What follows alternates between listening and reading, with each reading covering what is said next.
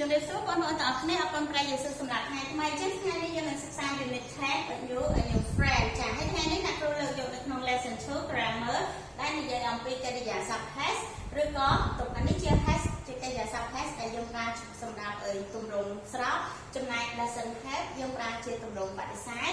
ឬក៏ does not have ដែលយើងប្រើជាទម្រង់បដិសេធបានដូចគ្នាហើយដែលយើងបកជាភាសាខ្មែរថាមិនមានកាលពីសប្តាហ៍មុនយើងរៀនអំពីកិរិយាសព្ទ have ឬក៏ don't have ដែល have នេះគឺយើងប្រើជាមួយនឹងទម្រង់ស្រោចដែលយើងប្រើជាមួយ subject ឬក៏ប្រធាន IUV ដែលចំណែកដោយ don't have គឺជាទម្រង់បែបបដិសេធដែលយើងប្រើជាមួយនឹងប្រធាន IUV ដែលដូចគ្នាប៉ុន្តែថ្ងៃនេះយើងរៀនអំពីកិរិយាសព្ទ has ដែលយើងប្រើជាមួយនឹងប្រធានរបស់យើង he she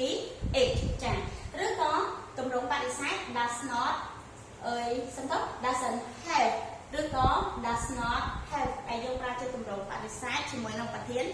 he she it ដែលយើងបកថាមិនមានចា៎ហើយថ្ងៃនេះអ្នកគ្រូលើកយកតែពីរ form ទេពីរទម្រង់គឺ positive form ហើយនិង negative form positive form គឺជាទម្រង់ស្រោចដែលយើងមាន subject បូកជាមួយកិរិយាសព្ទ has បូកជាមួយនឹង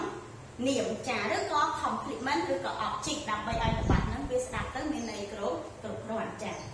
អញ្ចឹងយកឧទាហរណ៍ he has short hair he has short hair ដែលយើងបកប្រែជាភាសាខ្មែរថាគាត់មានសក់ខ្លីចាគាត់មានសក់ខ្លីដែល he នេះដើរតួជា subject ជាប្រធានចំណែក has នេះគឺជាកិរិយាសព្ទ has short នេះគឺជា adjective គុណនាម hair នេះគឺជានាមចាដែលគុណនាមនេះ short នេះបញ្ជាក់លក្ខណៈឲ្យនាម hair ខ្លីបញ្ជាក់លក្ខណៈឲ្យនាមសក់អញ្ចឹងយើងបានថាសក់ខ្លីចាអញ្ចឹង he នេះ subject has នេះគឺជា has កិរិយាសព្ទ has យើងហើយ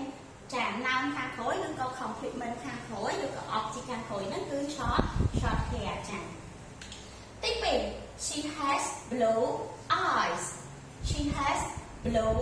eyes ដែលយើងបកប្រែជាភាសាខ្មែរថានាងមានភ្នែកពណ៌ពណ៌ខៀវដែល C របស់យើងដើរតួជាប្រធាន subject has របស់យើងកិរិយាសព្ទ has blue eyes របស់យើងនេះដែលដើរតួជា noun ឬក៏ complement ខាងក្រោយឬក៏ object ចា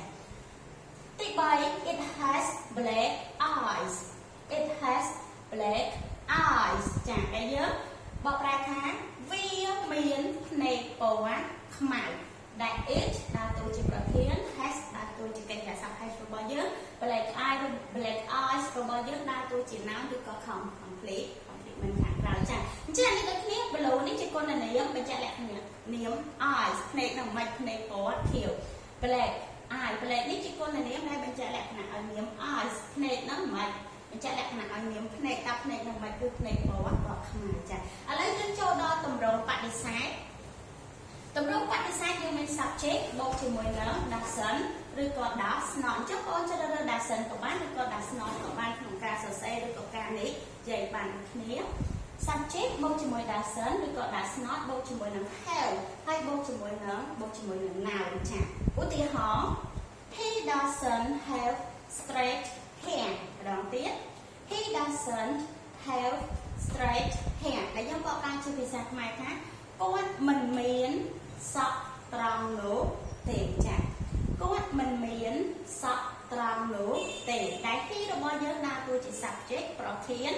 doesn't have នេះចា doesn't បូកជាមួយនឹង have ហើយបូកជាមួយនឹង noun ឬក៏ complete មកដែលយើងមាន straight hair ដែល straight នេះដើរតួជាគុណនាមហើយ hair នេះជានាមដែល straight យើងបកថាត្រង់ hair បកថាសក់អញ្ចឹងសក់ត្រង់ដែលត្រង់នេះបញ្ជាក់លក្ខណៈឲ្យនាម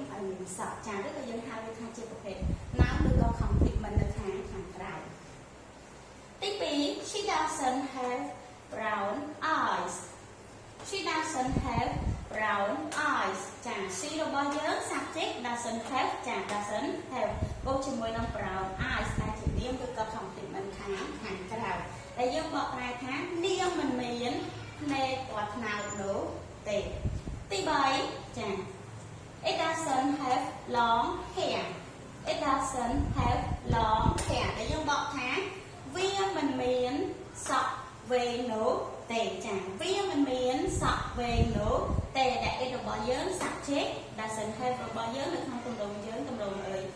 បដិសេធ doesn't have បូកជាមួយនឹង long hair chẳng lon mấy chị con là nếm khe cái chị á liềm chấm lon về là phải khe ní sọc sọc là mày cứ sọc về chẳng rất là dân hai mươi hai chị một Việt Nam thằng đó rất có không thì mới làm bay bồng bềnh ao là bạn mình miền này ở bên có chân là mà mấy hai ní hạt đôi lực dùng là nóng